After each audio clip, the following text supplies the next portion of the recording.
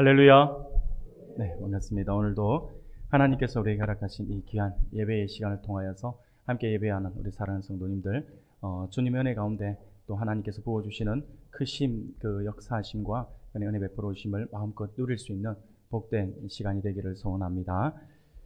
오늘 우리가 마태복음의 말씀과 시편 145편의 말씀을 우리가 함께 읽었습니다. 오늘은요, 하나님 나라 백성을 위한 기도라는 제목으로 같이 말씀을 잠시 살펴보면서 하나님의 은혜를 나누고자 합니다.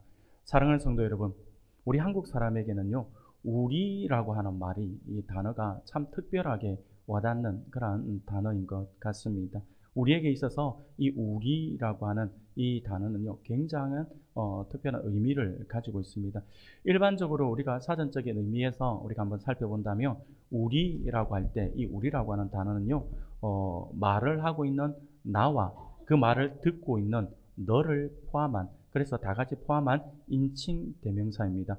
우리나라 사람들은 그 범위를 상당히 넓게 사용을 해요. 그런데 이 우리라고 하는 단어가 그냥 단순하게 말하는 사람과 듣는 사람, 그래서 우리 같이 있는 이 자리에 있는 사람들, 우리, 이 정도로가 아니라 우리 한국 사람들은요, 우리라고 하는 이 단어가 굉장히 더 포괄적으로 넓게 사용되어지는 그런 특징이 있다라고 하는 거죠. 예를 들어서 친구들과 대화를 하면서 우리는 흔히 쉽게 이야기할 때 우리 가족 이렇게 이야기하죠. 그리고 우리 엄마, 우리 아빠라고 하고 우리 집이라고 대수롭지 않게 이야기를 합니다. 외국인들과 대화를 하면서도 우리나라라고 아무 거리낌 없이 쉽게 이야기합니다. 그러면 우리는 지금 이 단어가 우리에게 굉장히 익숙해져 있기 때문에 이게 무슨 문제가 되는가? 이게 뭐 이렇게 생각을 할 수가 있어요. 그런데 이 부분은요, 아주 중요한 부분입니다. 우리보다는 우리 대한민국, 우리나라 사람들은요, 우리보다는 나라고 하는 범주에서 사용되어야 할 말들까지도 우리라고 하는 표현을 써서 대화를 한다라고 하는 것이죠. 이런 모습을 가만히 생각해 보면 우리 민족은요, 나 또는 내라고 하는 그런 1인칭으로 쓸 경우 그 쓰는 사람이 스스로 자기 중심적으로 생각하는 그런 이기적인 사람이다라고 하는 인식을 스스로 가지기 때문에 자신의 가족을, 그리고 자신의 공동체를, 그리고 자신의 교회 등을 이야기할 때에 나의 가족, 나의 공동체, 나의 집, 나의 교회라고 하는 표현보다는 우리 가족, 우리 공동체, 우리 교회라고 하는 표현을 많이 사용한다라고 하는 것이죠.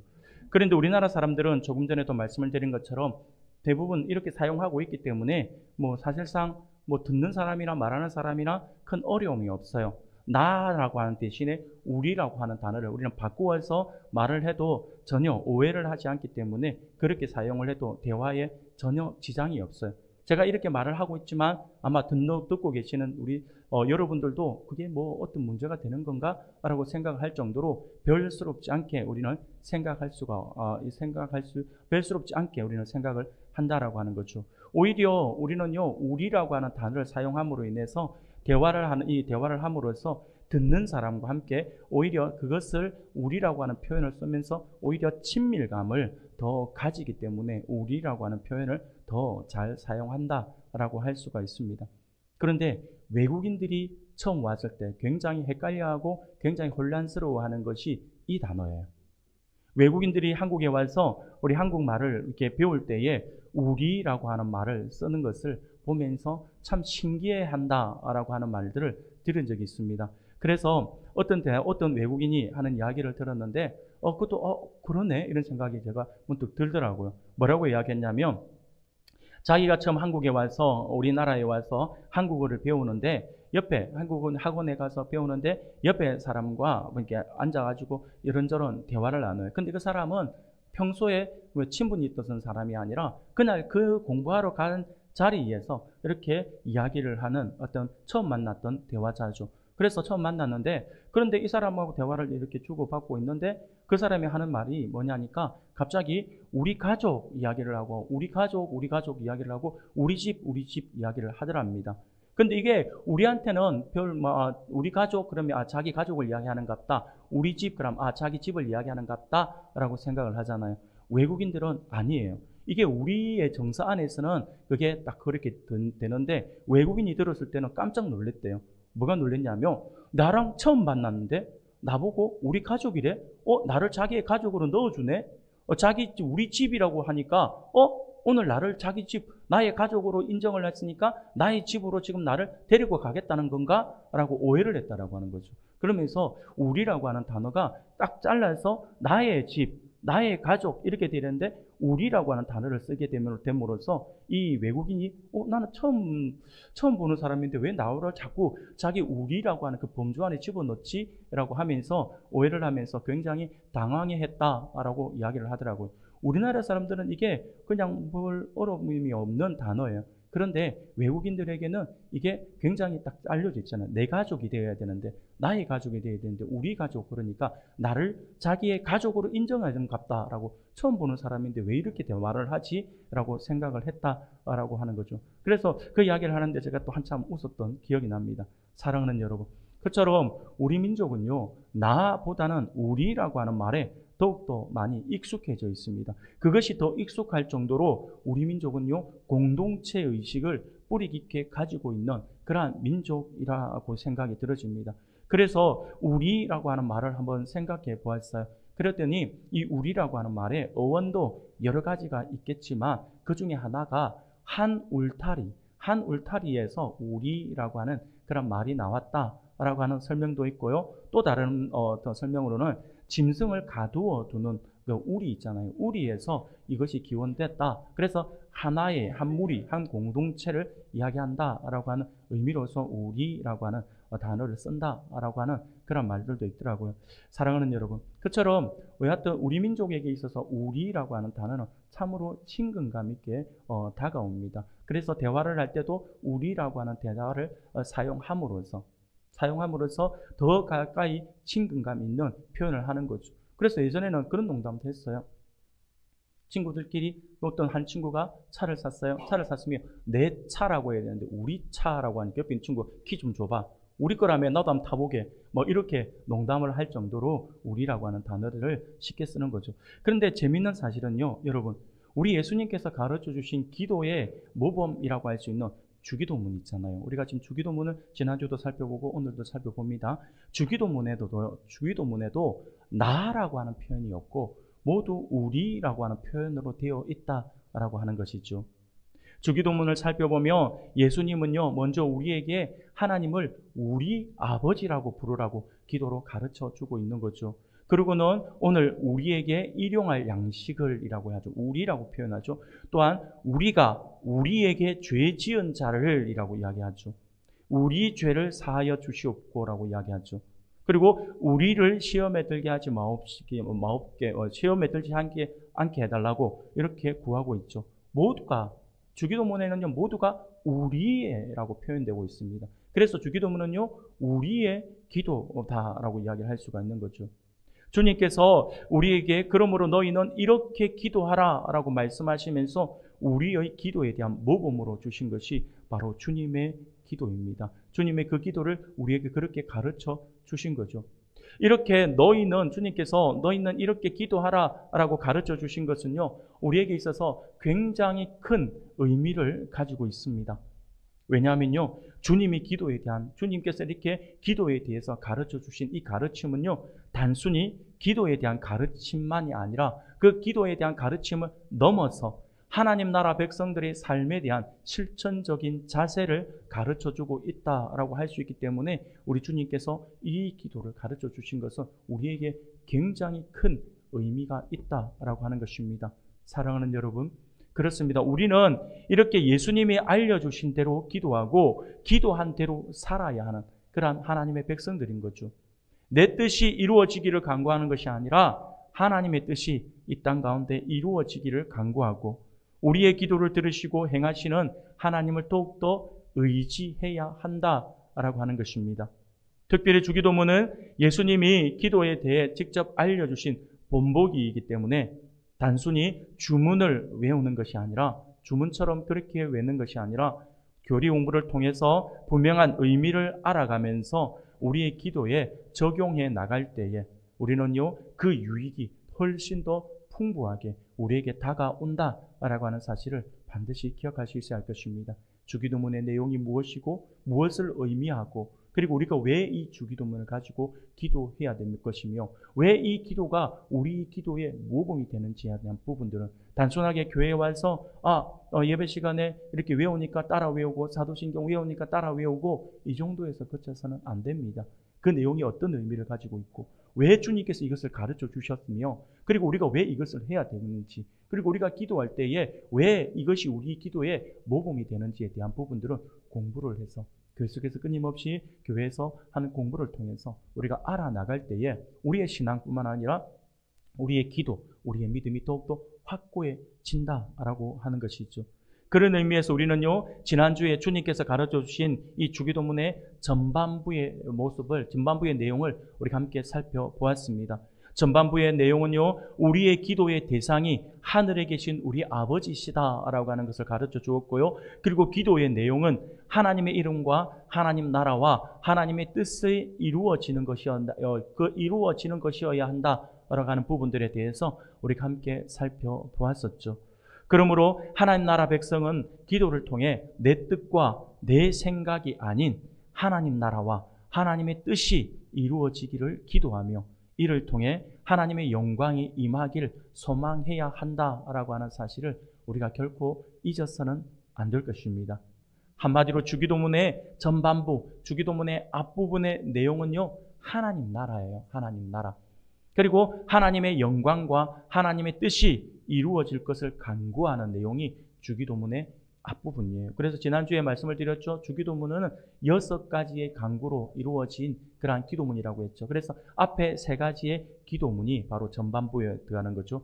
전반부의 이 3가지의 기도 내용은 하나님 나라와 하나님의 영광과 뜻이 이루어질 것을 간구하는 것이었다라고 하는 것을 우리가 지난주에 살펴보았습니다. 오늘은요, 이제 주기도문의 후반부의 말씀을 함께 살펴보려고 합니다. 후반부는요, 이웃에 대한 내용입니다.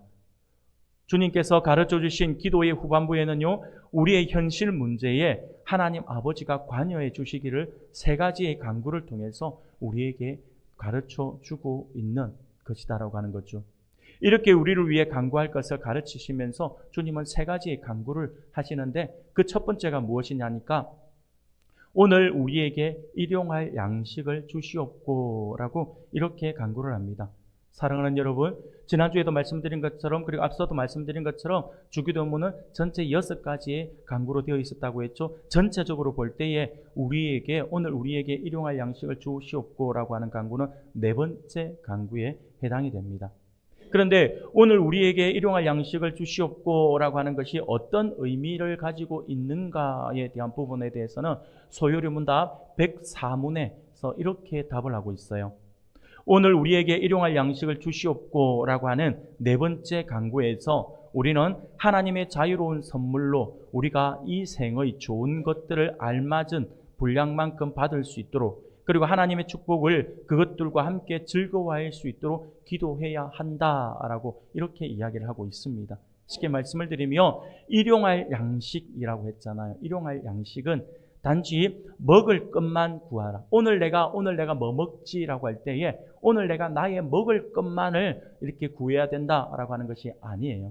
그것이 아니라 우리가 살아가는데 필요한 모든 자원을 다 이야기하고 있는 것입니다. 우리가 오늘 하루를 살 때에 우리에게 필요한 모든 자원들이 그 안에 일용할 양식 안에 포함되어 있다라고 하는 거죠.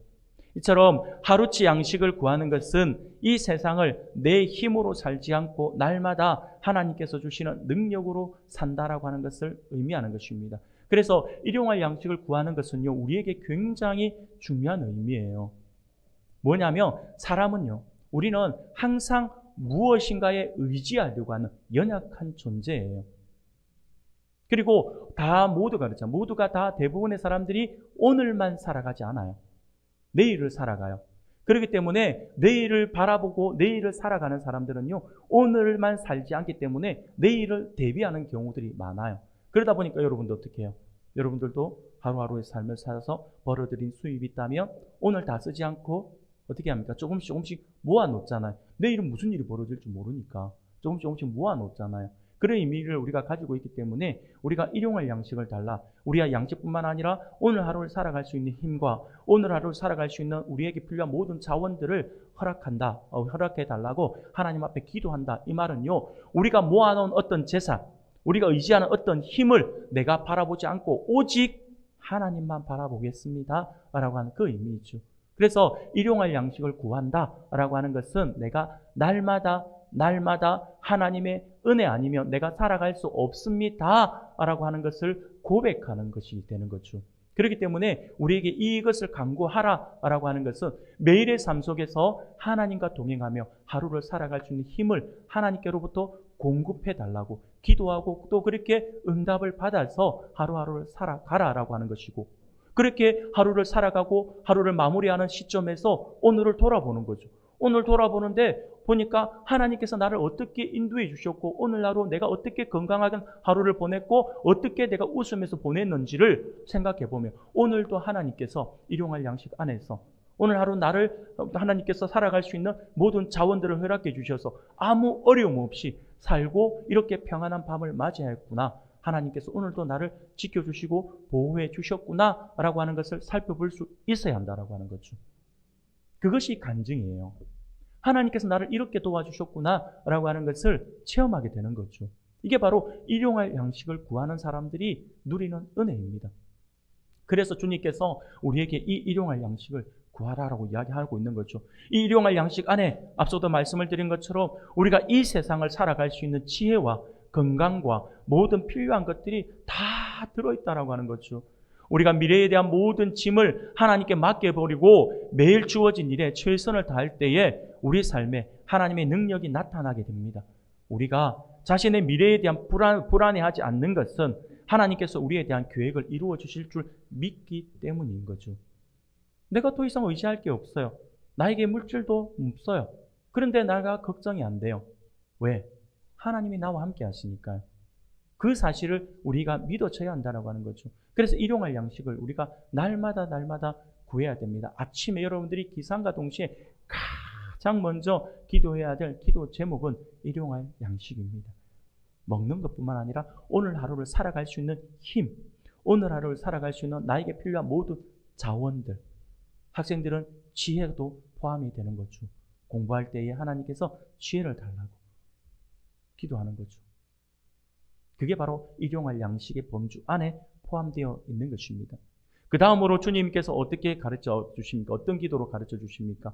우리가 우리에게 죄 지은 자를 사하여 준 것 같이 우리 죄를 사하여 주옵시고 라고 하죠. 우리가 우리에게 죄 지은 자를 사하여 준 것 같이 우리 죄를 사하여 주옵시고 라고 하는 이 부분은 또 어떤 의미를 가지고 있는가에 대해서 조혜문답 105문에서 이렇게 보충해서 설명하면서 답을 하고 있습니다. 우리는 하나님이 그리스도로 인해 우리의 모든 죄를 거저 용서해 주실 것을 기도하는데 우리는 그분의 은혜에 의하여 마음으로부터 타인들을 용서할 수 있기 때문에 이렇게 간구하도록 더 격려를 받을 수 있다라고 하는 것입니다. 쉽게 말씀을 드리면 여러분들 한번 이 문장을 잘 한번 생각해 보세요. 우리가 우리에게 죄 지은 자를 사하여 준 것 같이예요. 그리고 우리 죄를 사하여 주시고라고 해요. 여러분들 무엇이 먼저입니까? 하나님께 용서를 받는 게 먼저입니까? 우리의 용서가 먼저입니까? 잘 기억하셔야 합니다. 우리가 하나님 앞에 우리 죄를 용서해 주십시오라고 기도할 수 있는 것은요, 우리가 생각할 때 어떤 사람들이 굉장히 악한 사람이 있어요. 굉장히 악한 사람이 있는데 어떤 짓을 저질렀는지 우리가 잘 알고 있어요. 그런데 이 사람이 갑자기 누군가에게 요구를 해요. 자신은 아무도 자기 악하게 하면서 사람들을 용서할 줄도 몰라요. 사람들에게 악하게 대해요. 그런데 자기보다 더 큰 힘을 가지고 있는 사람에게 내 죄를 용서해 주세요라고 구한다 생각해 보세요. 제3자인 내가 그것을 보고 있다 생각해 보세요. 저 무슨 용기인고? 저 무슨 배짱인고? 이렇게 생각하지 않겠습니까? 그래서 우리가 이렇게 우리 죄를 사하여 주옵시고 라고 하는 기도를 할 수 있다라고 하는 이렇게 하라고 하고 또 이렇게 할 수 있는 것은요, 다른 것이 아니라 우리가 우리에게 죄 지은 자를 용서해 주기 때문에 그 근거로 자신 있게 하나님 앞에 구해야 된다라고 하는 거죠. 근데 내 안에 아직 응어리가 있어요? 용서하지 않았어요? 근데 자기 죄는 용서해 달래요. 얼마나 모순적입니까? 그래서 지금 그 이야기를 하고 있는 거죠. 그래서 하나님의 은혜에 의해서 하나님께서 은혜로 주신 그 마음으로부터 타인들을 용서할 수 있기 때문에 우리가 이렇게 간구하도록 하나님께 격려를 받을 수 있다라고 하는 거죠. 그걸 이야기하고 있는 것입니다. 그런데 여기서 아주 중요한 사실 하나를 우리가 짚고 넘어가야 될 것이 있어요. 그게 뭐냐면 다름이 아니라 예수님은 주기도문에서 우리가 우리에게 죄 지은 자를 사하여 준 것 같이 우리 죄를 사하여 주셔달라고 그렇게 우리 죄를 사하여 주시기를 기도하고 있잖아요. 여기서 말하고 있는 죄의 의미를 우리가 바로 알아야지만 이것이 의미하고 있는 바를 우리가 제대로 알 수가 있습니다. 여기서 우리에게 죄 지은 자라고 할 때에 이때에 말하는 죄, 이 죄는요 우리가 흔히 헬라어 원어로 볼 때에 죄를 의미하는 단어는요 하마르티아라고 하는 단어예요. 하마르티아라고 하는 단어인데 이 하마르티아라고 하는 단어는요 어떤 의미를 가지고 있냐면 관역을 빗나가다라고 하는 의미를 가지고 있어요. 그러니까 쉽게 말씀을 드리면 어떤 목표에 미달됐다, 관역을 빗나가다라고 하는 것을 의미하는데 쉽게 말하면 하나님께서 만들어 놓은 기준선이 있어요. 그 기준선이 있으면 우리가 살아야 될 그 기준선을 우리가 빗나가면 죄다라고 하는 거죠.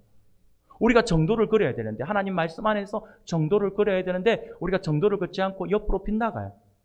내 욕심으로 하나님께 영광을 돌려드리는 삶을 살아야 되는데 내 욕심이 우선이 되고 나의 자아가 우선이 되어서 하나님께서 만들어 놓은 그 길을 옆에서 조금만 삐딱하게 나가요. 그게 죄다라고 하는 거죠.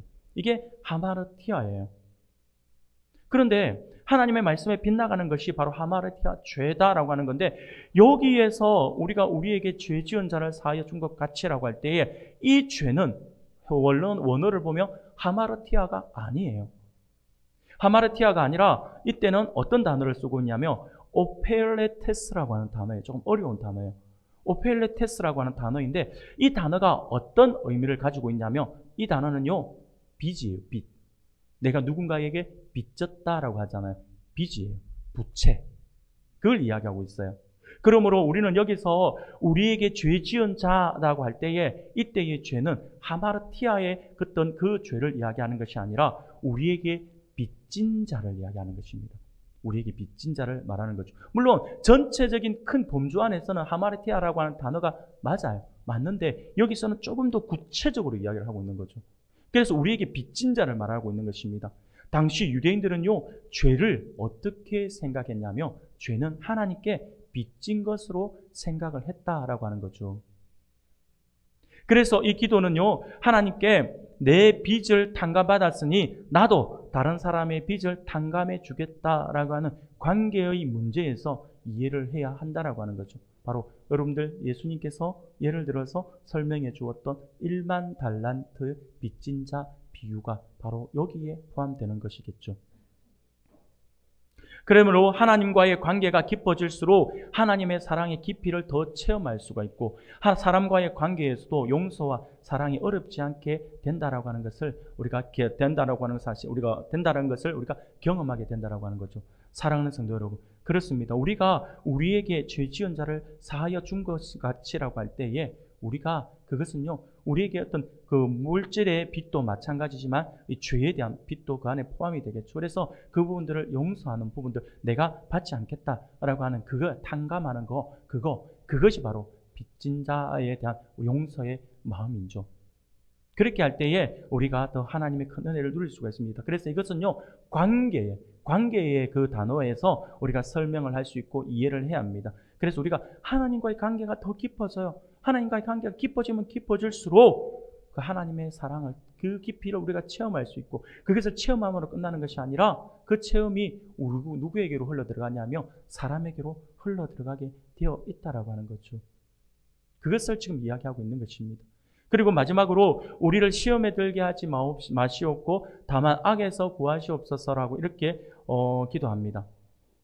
이 부분에 대해서는 소요문답 다 106문에서 답을 하고 있어요. 뭐라고 이야기를 하고 있냐면 우리는 하나님이 우리를 죄의 시험으로부터 지켜주시거나 우리가 시험 당할 때 우리를 지지하고 구해 주시기를 기도해야 한다라고 하는 것입니다. 그렇게 하나님과의 관계 안에서 우리가 이루어지고 하나님의 관계를 우리가 회복하고 난 뒤 우리가 더 이상 다시는 또 이런 어떤 시험들, 이런 어려움들에 우리가 빠지지 않도록 하나님 앞에 우리가 구해야 한다라고 하는 거죠. 우리가 하나님 앞에 시험 당하지 않고 우리가 어떤 악에 빠지지 않기 위해서 기도하는 거 너무 중요하다라고 하는 것입니다. 그래서 우리가 아침에 여러분들이 일어났을 때에 기도할 때 항상 기도해야 될 것이 바로 일용할 양식, 사람과의 관계 안에서 일용할 오늘 살아갈 수 있는 힘, 그리고 사람과의 관계 안에서 우리에게 어떤 뭐 상처를 주거나 우리에게 어려움이 있다면, 어려움을 준 사람이 있다면 그들을 용서하는 마음, 그리고 또 내가 하나님 앞에서 스스로가 죄 안으로, 악에서부터 하나님 나를 건져주시고 보호해 주십시오라고 하는 그 기도를 우리가 잊지 않고 해야 된다라고 하는 거죠. 이처럼 주님이 가르쳐 주신 기도의 전반부는 하나님에 대한 기도에 집중되어 있고, 후반부는요 개인과 이웃을 향한 기도로 이루어지고 있다라고 하는 사실을 우리가 분명히 기억해야 할 것입니다. 이러한 의미를 통해 우리가 살펴보면 한마디로 주기도문의 핵심은 한 단어로 이야기할 수가 있을 것 같아요. 바로 사랑입니다.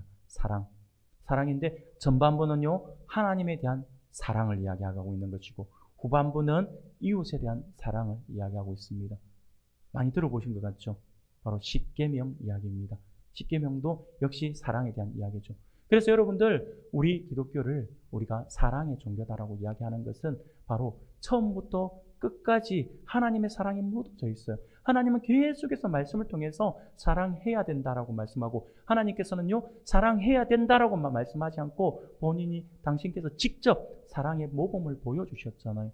우리가 죄인 되었을 때에 라고 말씀하잖아요. 우리를 하나님께서 택하시고 우리에게 하나님께서 자기의 아들을 보내주셨다라고 하잖아요. 그게 하나님의 사랑의 극치인 거죠. 그래서 우리는 십자가를 볼 때에 우리는 항상 주님의 사랑을 기억할 수 있어야 한다라고 하는 것입니다. 하나님을 사랑하는 사람은 이웃을 사랑할 수밖에 없어요. 그렇게 사랑이 표현되어지기 때문인 거죠. 절대로 숨길 수 없어요. 사랑이 우리 마음 안에 들어오면요, 그 사랑은요 숨겨지지가 않습니다. 표정에서 드러나고요, 말투에서도 표현이 되고요, 행동에서도 나타나게 되어 있습니다. 그렇기 때문에 하나님을 사랑하는 자는 반드시 그 사랑이 이웃 사랑으로 나타나게 되어 있어요. 하나님과 관계가 좋은 사람은요, 사람과의 관계도 좋다라고 하는 사실을 우리가 잊어서는 안 됩니다. 그게 바로 사랑을 품고 있는 사람의 대표적인 모습인 거죠. 그런데 성경을 우리가 보면 성경에서 하나님을 진심으로 사랑하고 사람을 또한 진심으로 사랑한 대표적인 인물을 우리가 한번 뽑아본다면, 그것은요 이스라엘의 최고 성군이라고 일컬어지는 다윗이라고 할 수가 있을 것입니다. 특히 오늘 우리는요 다윗의 시인 이 시편 145편을 우리가 함께 보았습니다. 다윗의 기도예요. 근데 이 다윗의 기도인 이 시편 145편이 우리 주님께서 우리에게 가르쳐 주신 기도와 너무나도 흡사해요.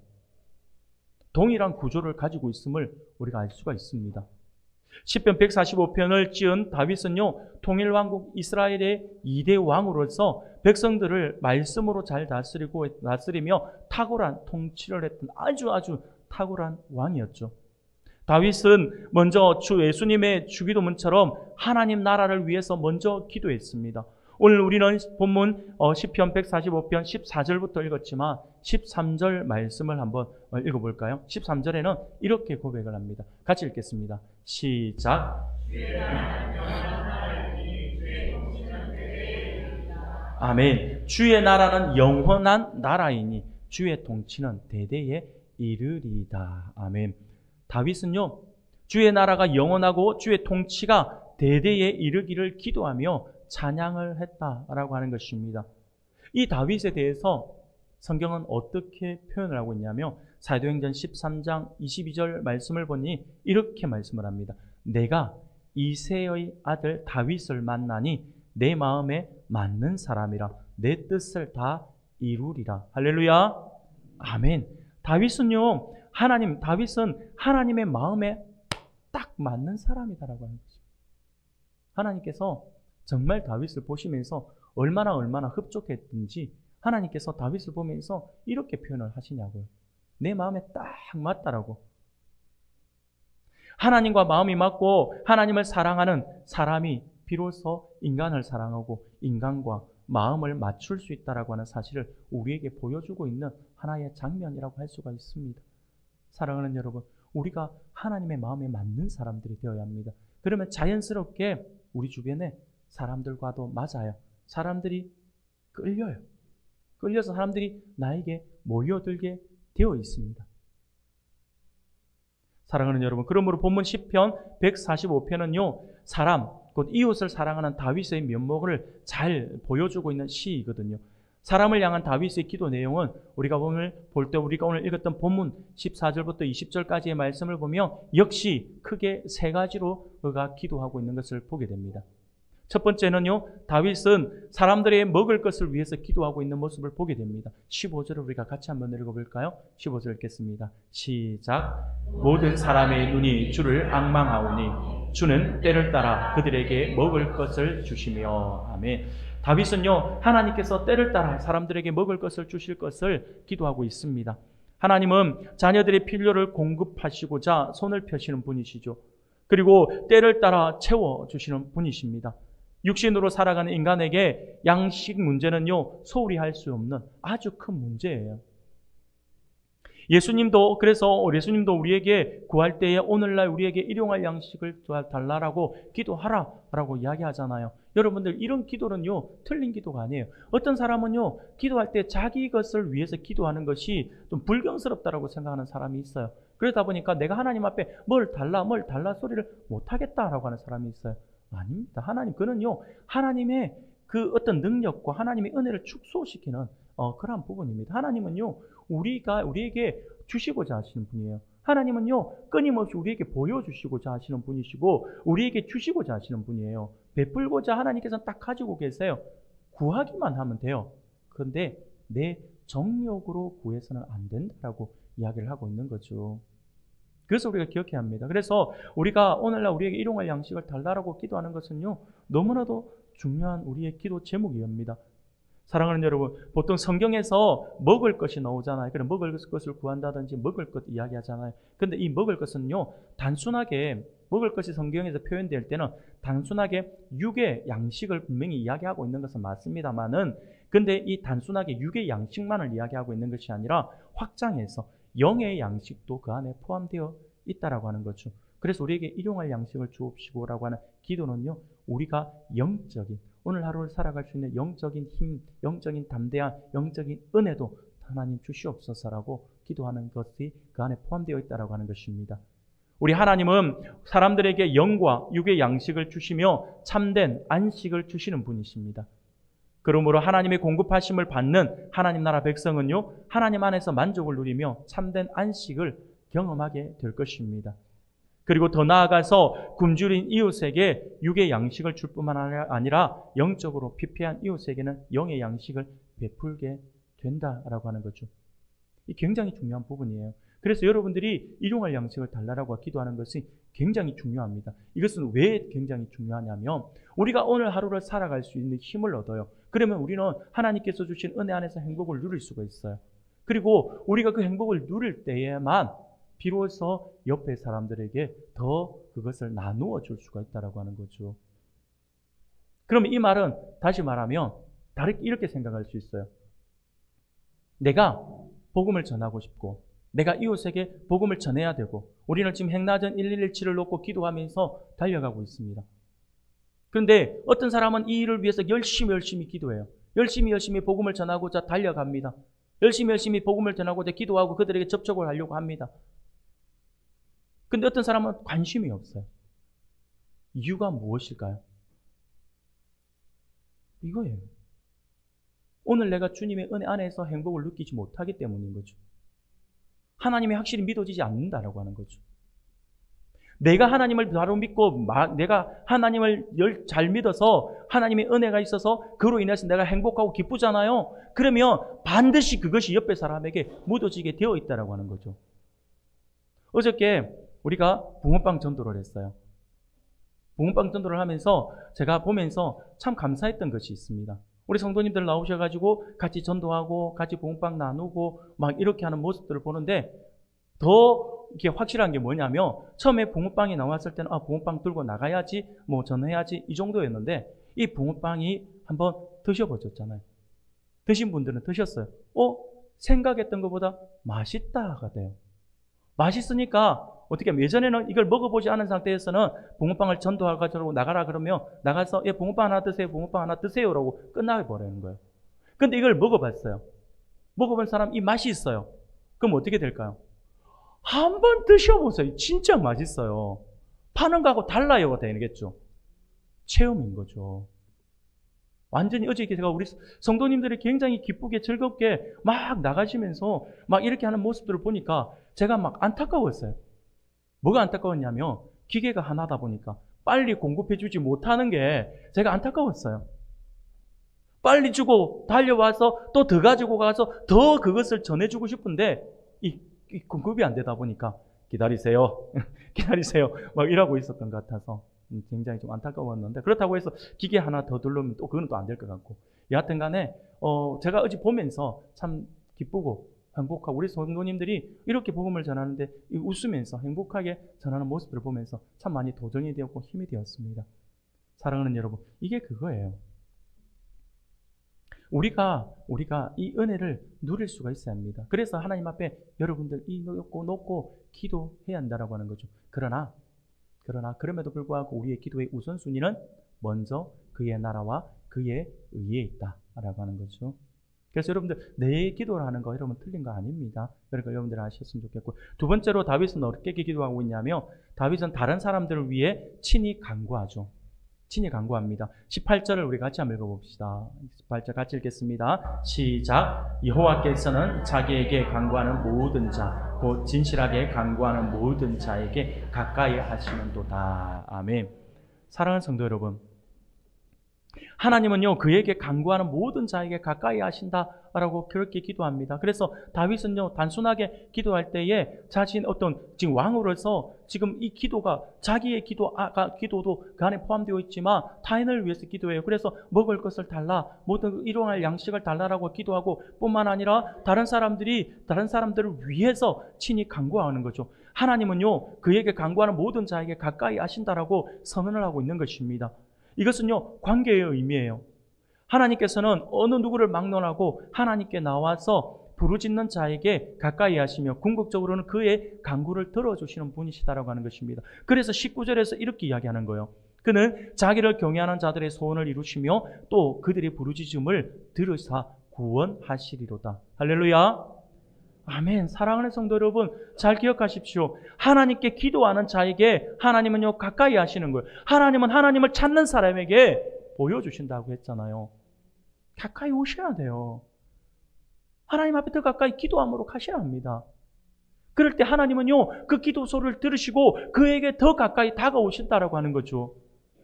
그와 인격적인 관계를 맺으시고 필요한 모든 것을 넘치도록 채워주신다라고 하는 것입니다.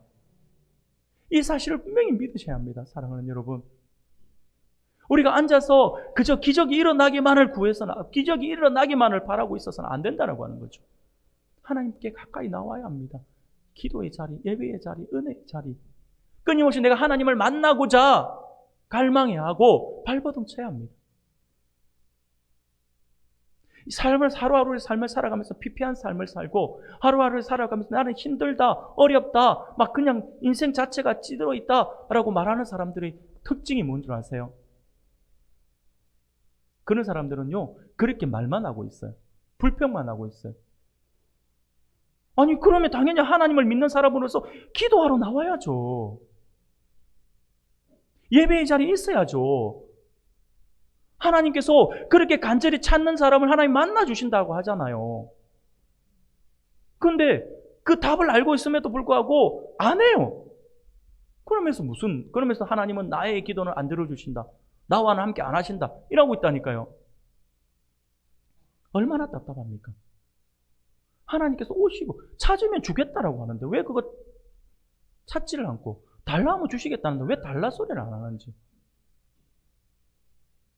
사랑하는 여러분, 하나님의 속성을 우리가 분명히 잘 아셔야 합니다. 다윗은요 지금 그것을 놓고 기도하고 있는 것입니다. 가까이 하는 자, 진실하게 간구하는 모든 자에게 가까이 하신다라고 하나님 말씀하시잖아요. 하나님은요 그는 자기를 경외하는 자들의 소원을 이루시며 또 그들의 부르짖음을 들으사 구원하신다라고 분명히 말씀하시지 않습니까? 사랑하는 여러분, 그러나 또 역시 말씀을 드립니다. 이러한 하나님의 속성 때문에 자칫 잘못하면 우리 성도들의 기도의 대상이 오직 자기 자신이 될 수도 있겠죠. 그러나 그것은 아니다라고 하는 거죠. 또 다시 말씀을 드립니다. 먼저 그의 나라와 그의 의를 구함이 우선이다 라고 하는 거죠. 진정한 기도는요, 나 자신뿐만 아니라 내 주변 사람들을 위한 기도도 포함되어 있어야 한다라고 하는 것을 이야기합니다. 세 번째로 다윗은요, 인간관계 속에서 공의가 세워지기를 위해서 기도하고 있는 것을 보게 됩니다. 20절이에요. 20절 같이 한번 보겠습니다. 시작. 여호와께서 자기를 사랑하는 자들은 다 보호하시고 악인들은 다 멸하시리라. 아멘. 사랑하는 여러분, 다윗은요, 살아생전에 굉장한 어려움을 당했던 사람이잖아요. 살아생전에 모함과 배신을 많이 당하고 억울한 일들도 참 많이 겪었어요. 다윗의 삶을 보면 그냥 말 그대로 파란만장한 인생이었다라고 할 수가 있습니다. 그런데 그렇게 파란만장한 삶을 살던 그 가운데 다윗이 깨달은 것이 있습니다. 그것은 하나님의 공의였다라고 하는 것입니다. 다윗은 하나님의 공의를 철저히 신뢰했습니다. 그래서 그 공의가 세워질 것을 기대하며 하나님을 사랑하는 자로서 하나님께서 보호하시고 하나님을 사랑하지 않는 악인들은 다 멸하시기를 기도하고 있는 것이죠. 사랑하는 여러분, 하나님의 공의는요, 지금 내가 억울하고 지금 내가 힘들고 어렵다라고 해서 하나님이 안 계시고 하나님이 멀리 계시다가 아니에요. 하나님의 공의를 아시는 분들은요, 분명히 알아요. 지금 내가 힘들다라고 하는 것은요, 조만간 하나님께서 나를 올려주실 것이다 라고 하는 것을 우리가 믿어야 합니다. 악인들이 잘됨을 보면서 우리가 저 사람들은 저렇게 나쁜 짓을 하는데도 잘 되는 걸 보면서 부러워할 필요가 없어요. 공의로우신 하나님은 반드시 그 대가를 요구하시기 때문인 거죠. 우리가 선하게 살면요, 하나님의 말씀에 따라 살면 지금은 내가 조금 힘들 수도 있어요. 왜? 내가 예수 제대로 믿는다는 것은 양보거든요. 내가 손해보는 게 그 안에 포함되어 있거든요. 그런데 그것으로 억울해하실 필요가 없습니다. 내가 양보하면 양보할수록, 내가 예수 때문에 피해보면 피해볼수록, 내가 예수 때문에 핍박받으면 핍박받을수록 우리의 나중은 더 커질 거예요. 그게 하나님의 공의예요. 다윗이 지금 그것을 이야기하고 있는 것입니다. 사랑하는 성도 여러분, 우리 예수님의 기도에서도 마지막에서 우리를 시험에 들게 하지 마시옵고 다만 악에서 구하시옵소서라고 기도하고 있잖아요. 시험에 들지 않도록 유혹에서 보호하시고 악인들에게서 건져주시기를 간구하는 기도죠. 우리의 기도가 그리 되어야 합니다. 우리가 힘들다 보니까, 힘들면 가장 많이 우리가 빠질 수 있는 게 유혹이잖아요. 편법이잖아요. 쉽게 가려고 하는 거잖아요. 내가 손해 안 보려고 하는 거잖아요. 그래서 우리가 그런 유혹들을 우리가 이기게 해달라고, 내가 하나님의 말씀 안에서 내가 오직 정도 하나님께서 원하시는 그 길로 내가 달려가게 해달라고 기도하는, 그게 바로 다만 이게 시험에 들게 하지 마옵시고 라고 하는 그 기도의 의미입니다. 이처럼 다윗과 주님이 가르쳐 주신 기도는요, 서로 맞닿아 있음을 우리가 볼 수가 있어요. 결코 나 자신만을 위한 기도가 아니다라고 하는 것을 우리가 발견하게 되죠. 모두 우리를 위한 기도입니다. 나와 공동체 구성원 모두의 필요를 위한 것이었죠. 사랑하는 여러분, 그렇습니다. 내 필요를 채우는 것만으로 세상은 아름답고 건전하게 유지되지 않습니다. 내가 아무리 나 혼자만 잘 살려고, 여러분들 나 혼자만 깨끗하게 살려고 해도 그게 되던가요? 안 돼요. 상황은 그렇게 안 됩니다. 그렇게 만들어가지 않습니다. 그래서 우리가 항상 기도할 때에 내 기도만 하는 것이 아니라 타인을 위해서 기도해야 되는 것은 바로 그 이유 때문입니다. 타인이, 옆에 있는 사람, 내 주변에 있는 사람들이 죄를 짓지 않고 건전하게 살면 자연스럽게 그 영향이 나에게 오게 되어 있다고 하는 거예요. 근데 옆에 사람이 다 악해요. 옆에 사람이 다 악하면 내가 아무리 착하게 살려고 해도 어떻습니까? 내가 아무리 착하게 살려고 해 발버둥을 쳐도 그 옆에 있는 주변에 있는 사람들의 악함이 나에게 전달되게 되어 있다고 하는 거죠. 그래서 우리가 기도할 때는 나만을 아니라 공동체를 위해서 기도해야 한다라고 하는 거죠. 그게 중요한 것입니다. 공동체 전체의 필요가 채워질 때에 비로소 진정한 안식과 참된 평강이 있다라고 하는 사실을 우리가 결코 잊어서는 안 될 것입니다. 사랑하는 성도 여러분, 하나님 나라는요, 공동체입니다. 우리예요, 우리. 그래서 하나님 나라 공동체에는 개인주의가 싹들 공간이 없습니다. 나만 소중한 것이 아니라 내 옆 사람도 내 몸처럼 소중한 존재인 것이죠. 그러므로 그리스도인이 타인을 위해 기도하는 일은 매우 필수적인 것입니다.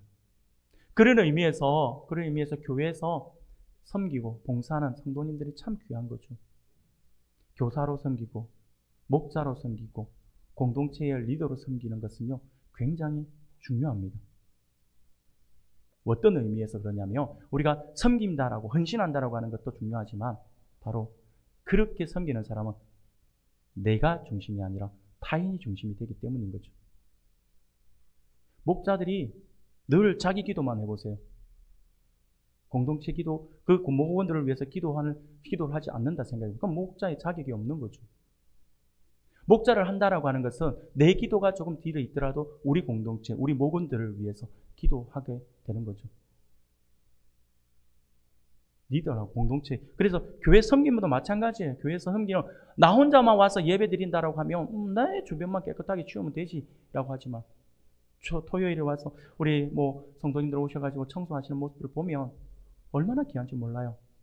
모두니까, 우리니까, 우리 교회니까, 우리가 함께 예배드리는 곳이니까. 그런 의미에서 이런 섬김의 모습들을 참 귀하다라는 생각이 늘 들어집니다. 사랑하는 여러분, 잘 기억하십시오. 하나님 나라는 공동체예요. 공동체. 그래서 나만 소중한 것이 아니라 내 옆 사람도 내 몸처럼 소중한 존재다라고 하는 것을 우리가 인식해야 합니다. 그러므로 그리스도인이 타인을 위해 기도하는 것은요, 필수적인 것입니다. 특히 우리 공동체를 위해서 기도하는 것은 필수적인 것이죠. 사랑하는 성도 여러분, 오늘 하나님께서 우리에게 주시는 말씀을 기억할 수 있기를 바랍니다. 주님의 기도에는 모두 우리가 주체가 되어서 기도하고 있음을 오늘 우리는 살펴보았습니다. 그러므로 오늘 우리는 우리의 모습 속에서 그동안 나만을 위한 기도를 드리고 있지는 않은지 한번 돌아볼 수 있어야 할 것입니다. 우리의 기도가 예수님이 기도하신 것과 같은지 한번 점검해 볼 수 있기를 바랍니다. 우리 주님의 기도는 하나님 중심이었고 내가 아닌 우리를 위한 기도였습니다. 그러므로 오늘 주님의 제자를 천명하며 제자의 삶을 살아가기를 소원하는 우리들이기 때문에 오늘 주님이 가르쳐 주신 기도에 맞게 주님의 방향대로 우리의 기도를 조금씩 조정해 나가므로 날마다 하나님의 그 응답의 은혜를 누리면서 또한 주님 닮은 온전한 제자로서의 삶을 통하여 우리 주님께 더욱더 크게 칭찬받는 우리 모든 성도님들이 다 되시기를 주님의 이름으로 축원합니다.